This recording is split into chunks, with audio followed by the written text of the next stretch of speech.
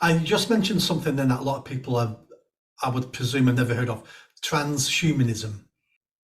Oh yeah, yeah. Now there we go. So this was my big scoop, really. Not that I was looking for a scoop when I started researching, but so we've all seen, haven't we? We see a lot LGBTQI or whatever they're adding to it, plus, and you ignore the plus, you just think the plus just means and or etc. So to my surprise and accidentally, I discovered that plus is a symbol for transhumanism. And Even I didn't know that. I've no, like I say, no one. That's my. I'm sure other people do know that, but just putting it all together. So I sent you a picture, didn't I? So you can see the transhuman organizations with the plus. And so then I started wondering, is the plus around in the environment elsewhere? And as it turns out, recently quite a lot of corporations have got a kind of a plus division. So you've got Google Plus and Visa Plus.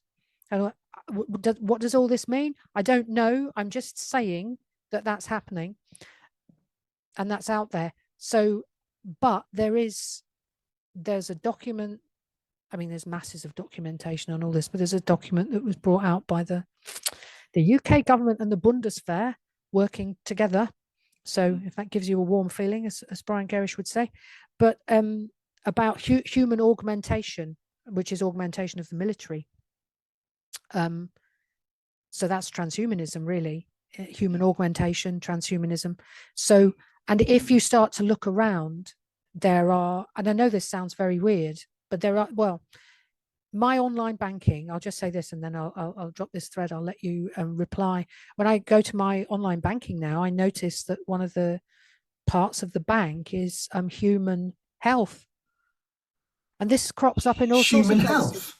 Human health, but human in distinction to what? Oh, human help. No, health. Health. Health, human health, or human leisure, or human. I think it asked me to specify my employment category. That's right. And so it was human health was what came up as the option. But human in distinction to what? So, but if you look around, and we have it in the government as well, there's a department for human something or other, is creeping in. So the word so yeah, in distinction to what is just the question I'm asking, and then I know that there's a couple of things popped to my mind when you were talking. And the first one is we've got transracial now. So there's several people now who have transitioned races. There's a woman who's taken so many injections, she's now got black skin, even though she was a white European. There's a white European in London who's had surgery to make him look more Korean because he feels Korean.